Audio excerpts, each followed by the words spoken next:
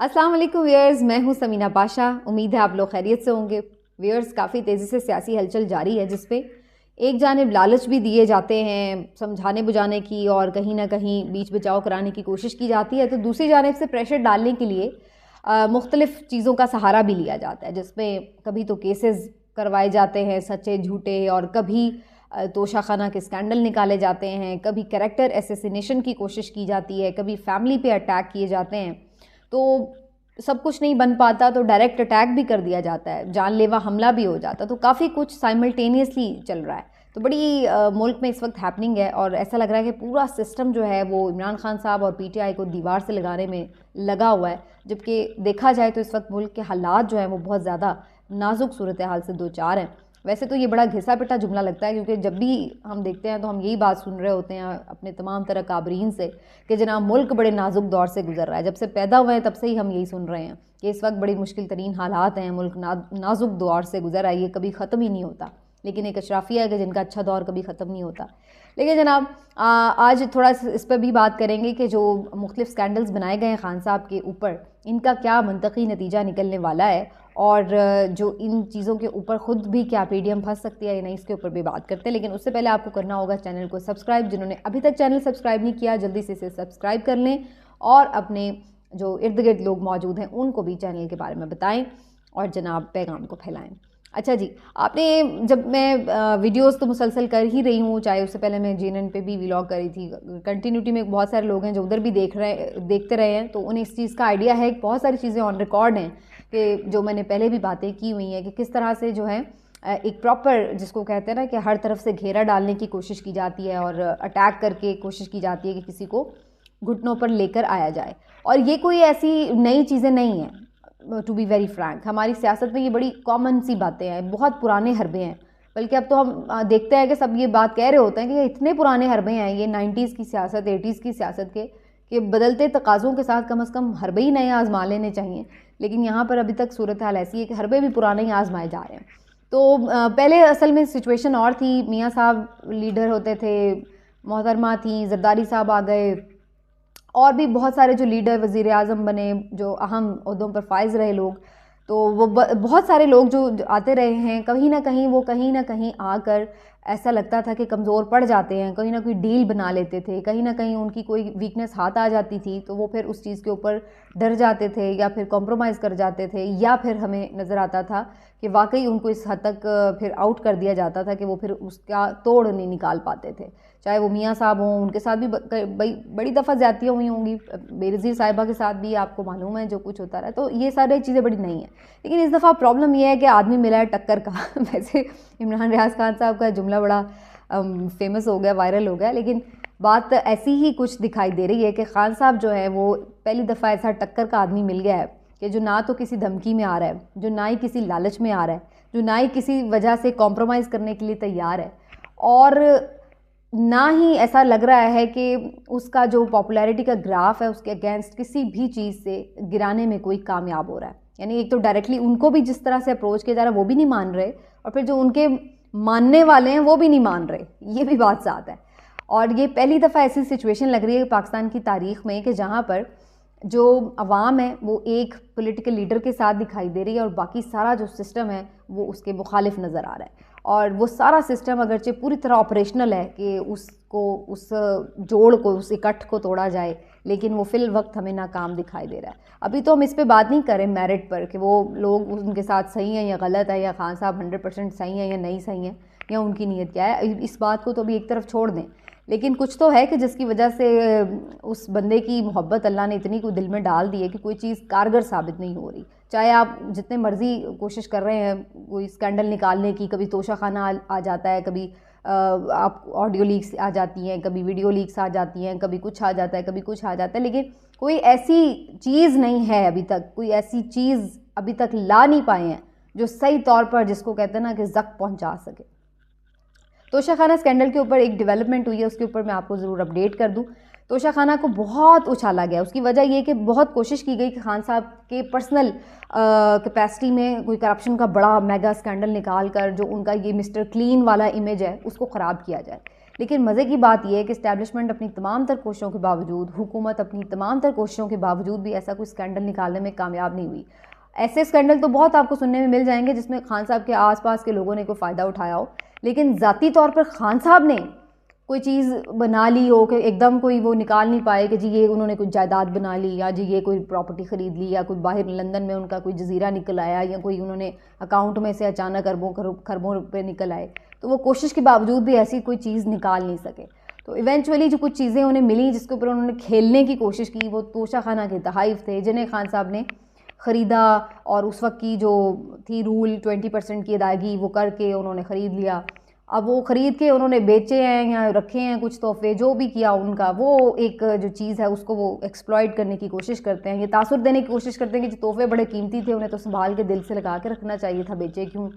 तो अब ये खान साहब कहते हैं कि जी मेरी मर्ज़ी है, मेरी चीज़ है, मैं उसे बेचूँ, मुझे ज़रूरत थी, मैंने बेच दी, आपको क्या इससे प्रॉब्लम है, उसमें इल्लीगैलिटी क्या है, उसमें गैर कानूनी बात क्या है। तो इस तरह के जो मामलात हैं उनको अब वो इसी चीज़ को लेकर के उन्होंने कोई मूशगाफियाँ निकाल कर के जी ये कोई इल्लीगैलिटी होगी या वो होगी, वो कर आकर जी वो अदालतों में ले गए, इलेक्शन कमीशन में ले गए मामलात को। अदालत में ये जो तोशाखाना वाला स्कैंडल है ये एक खाली इमरान खान साहब के हवाले से नहीं चल रहा है, इसमें पूरा पर्सपेक्टिव डिस्कस हुआ है। और अब जब इवेंचुअली इसमें बड़ी मज़ेदार कमेंट हुआ है कि जब अदालत ने ये कहा कि जनाब लाएं फिर ज़रा पिछले 70 साल का रिकॉर्ड के तोशाखाना में क्या कुछ आया है और किस किस ने क्या क्या उसमें से लिया है, और जिसने जो जो लिया है उसने उसके एवज़ कितनी अदायगी की है। तो जब ये हिसाब किताब मांगा गया है तो अब जो है ना, जिसको कहते हैं गुब्बारे में से निकल गई है हवा,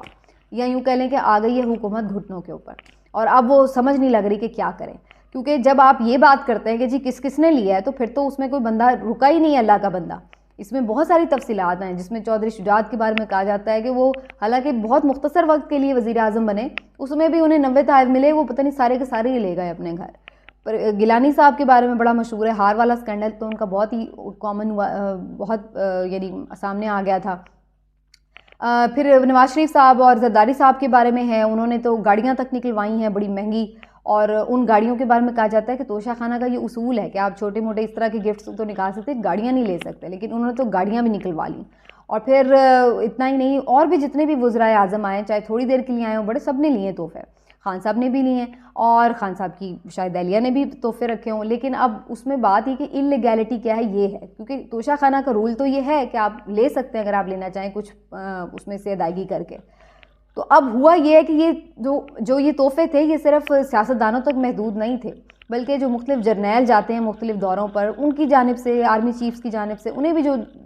तोहफे मिले हैं वो भी उनमें से भी बहुत सारे लोगों ने बहुत कुछ रखा। तो जब अब अदालत में ये बात आती है तो वहाँ पर फिर पर जलते हैं, फिर उनसे हिसाब किताब कौन मांगे कि जनाब आपने क्या कुछ रखा है और उसके एवज़ क्या क्या अदायगियाँ की हैं। अब जब बात यहाँ तक पहुँच गई है तो अब सब कानों को हाथ लगा के तौबा तौबा करते हैं, जो अदालतों से बाहर भाग रहे हैं, ये क्या हमसे पूछ लिया और ये क्यों, कैसे अब हम तफसीलात दें। तो वहाँ पर अब इन्होंने जनाब जो बहाने बना रहे हैं, फीके फीके बहाने, वो यही हैं कि जी ये तो सीक्रेट होते हैं, सारी इन्फॉर्मेशन इनको हम लीक नहीं कर सकते, ये तो नहीं पहुँचाई जा सकती, ये वो। तो अगर इसी बात को आप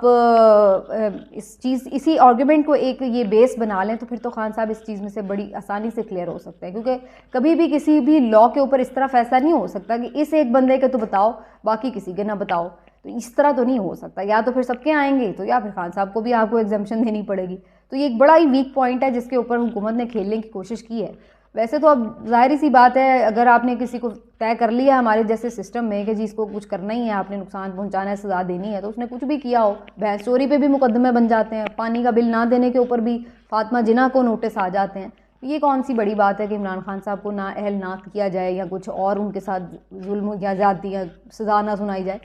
तो वो एक अलग बात है कि अगर कोई गुंजाइश निकालनी हो, लेकिन ऑब्वियसली ये एक बहुत ही वीक किस्म का ऑप्टिक्स जाएंगे अवाम में कि जनाब किस तरह से, फिर वही उनकी बात पूरी सही साबित हो जाती है कि उन्हें विक्टिमाइज़ करने के लिए जो कोई भी आप हरबा आजमाएं तो वो फिर उल्टा पड़ जाता है। अभी ये इन्होंने पहले भी बुशरा बीबी साहिबा को अटैक पर रखा हुआ था, उनकी काफ़ी सारी ऑडियोज़ जो थी वो लीक हो रही थी। वैसे ऑनेस्टली स्पीकिंग उनमें से एक दो ऑडियोज़ तो मुझे लगा भी कि शायद हो सकता है कि वो ठीक भी हो, लेकिन मुझे उनमें कोई कंट्रोवर्सी नज़र नहीं आई। मुझे समझ नहीं आई कि उसमें कंट्रोवर्शियल बात क्या है, कि कोई बात हो रही हो जिससे कोई बहुत कुछ साबित हो रहा हो, तो ऐसी कोई चीज़ उसमें से दिखी नहीं। फिर वो बंदा जिसको लेके आए उमर फारूक ज़हूर, जो कि उधर उसमें बिठाया हुआ था शाहजेब खानज़ादा के प्रोग्राम में, उसके अगेंस्ट अब खान साहब ने केस फाइल कर दिया। जब तक किया नहीं था उस पर भी शुरू हुए थे, देखा सच्चा है इसलिए खान साहब ने केस नहीं फाइल किया, लेकिन अब खान साहब ने उसमें लंदन में भी और यूएई में दोनों जगह पे केस फाइल कर दिए हैं, जियो के ख़िलाफ़, शाहज़ेब खानज़ादा के ख़िलाफ़ भी और उस बंदे के ख़िलाफ़ भी। तो ये भी एक उन्होंने कर लिया क्योंकि उनका वो कॉन्फिडेंट है कि वो इसमें कोई गिल्टी नहीं है। और अब ये एक और ऑडियो लीक कोई की गई है खान साहब की, जिसमें सुना है कि वो बहुत ज़्यादा कोई अखलाक बाख्ता किस्म की गुफ्तगू कर रहे हैं। तो अगेन वही चीज़ें हैं कि ये बहुत ही घिसे पिटे और बड़े वीक से आइडियाज़ हैं। और अब सब लोग इतना इस चीज़ को समझते भी हैं, टेक्नोलॉजी को, सबको आइडिया है कि ये टोटे जोड़ना, ऑडियो को इधर उधर से मिक्स करना या किसी भी तरह की इस तरह की कोई चीज़ है फेक बनाना भी कोई इतना बड़ा मसला नहीं रह गया। बल्कि मुझे हंसी आ रही है कि खान साहब ने तो इस जलसे में किस तरह से नवाज़ शरीफ की वो वीडियो चलाई थी कि जिसमें वो खुद ही अपने आप को कह रहे हैं मैं सबसे बड़ा चोर हूँ और ये वो। तो वो उन्होंने बताया कि इस तरीके से जो है ये बन जाता है। तो अब इनकी तो हैसियत हो गई है ज़ीरो, तो इसको तो कोई ना पहले पल्ले बांध रहा था ना अब इसका कोई फ़ायदा है। तो पता नहीं ये जो ऑडियो लीक करने वाले हैं या जो वीडियो लीक करने वाले हैं ये कौन सी अपनी महारत दिखाना चाहते हैं या अपनी, या यूँ कह लें कि अपनी पस्ती दिखाना चाहते हैं कि हम किस लेवल तक की चीज़ें जो हैं वो ला सकते हैं, बना सकते हैं। तो ये बेसिकली वो अपने आप को एक्सपोज कर रहे हैं, मुझे तो ये लग रहा है। लेकिन उससे क्योंकि खान साहब की तो इमेज पे भी उससे फ़र्क नहीं पड़ा ना, उनका जो वोटर सपोर्टर है उसको कोई फ़र्क पड़ा है। और वो खान साहब उसको डिनाई भी कर देते हैं, तो उन्हें पता है कि ये चीज़ें इस तरह से हैं। अब उनकी जो टेरियान का केस है उसके हवाले से भी दोबारा इस्लामाबाद हाई कोर्ट में और लाहौर हाई कोर्ट में ये वो पिटीशनें आ गई हैं। तो दोबारा से सबको एकदम उनकी वो बेटी याद आ गई है कि जी उसको नहीं करते और ये है वो है। हालांकि उसमें कि उसके ऊपर बड़े अच्छे, उस दिन मैं हबीब अकरम साहब की गुफ्तगू सुन रही थी, बड़ा अच्छा बात की कि अगर इस तरीके से ये होने लगे कि जी फ़लाँ, तो इस तरह तो कोई किसी पे भी इल्ज़ाम लगा दे कि जी फ़लाँ जो है वो फ़लाँ की बेटी है, चलो जिसको ना अहल करो, तो इस तरह तो ये फिर बड़ा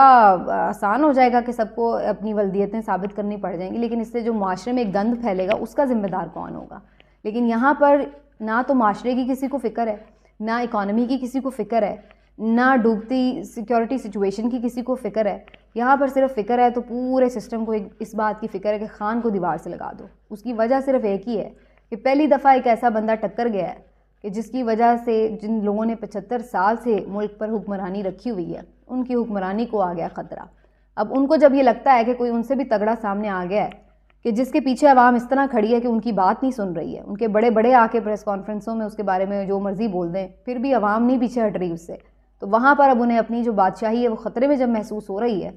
तो फिर वो कुछ भी करने के लिए तैयार हैं। बन्नू में आपने देखा जो वाक़या हुआ है कि इस तरीके से जो तालिबान है इतने स्ट्रॉन्ग हो गए हैं, जबकि इसके ऊपर बड़े दिनों से बात कर रहे थे मुराद सईद भी, बड़ी आवाज़ें आ रही थी कि टीटीपी दोबारा से ऑर्गेनाइज़ हो रही है स्वात में, केपी में, इसको देखें बॉर्डर एरियाज़ में। कोई तवज्जो नहीं की वहाँ पे। अब ये सूरत हाल है, कैंट एरिया में वो घुसे बैठे थे, वहाँ पे ये सूरत हाल है, काउंटर टेररिज्म डिपार्टमेंट के लोगों को यरगमाल बनाया हुआ था उन्होंने, अपने बंदे छुड़ा लिए उन्होंने। और यहाँ पर हमारी जो एजेंसीज़ हैं, हमारे जो सिक्योरिटी वाले हैं वो बेचारे बहुत ज़रूरी कामों में और मसरूफ़ हैं, क्योंकि वीडियो के टोटे छोटे ऑडियो इकट्ठी करना ये वो बड़ा मसले मसाइल। तो बस मकसद ये है कि जब तवज्जो आपकी फ़ोकस अपने कामों से हटता है तो फिर यही कुछ होता है। इकॉनमी आपकी डूब रही है, पैसे आपको कोई दे नहीं रहा और मुल्क में आपके क्योस है, गरीब आदमी भूखा मर रहा है। लेकिन ऐसी सूरत में हमारे लिए क्या इम्पोर्टेंट है कि हमारी बादशाही कायम रहे और इस बंदे को किसी तरह दीवार से लगाओ, गोली मारो, जो मर्ज़ी करो, लेकिन इसको मंजर से हटाओ। अवाम भी उसके साथ जुड़ी पड़ी है। देखते हैं जी जीत किसकी होती है। मिलते हैं अगले व्लॉग में, अपना ख्याल रखिए। अल्लाह हाफ़िज़।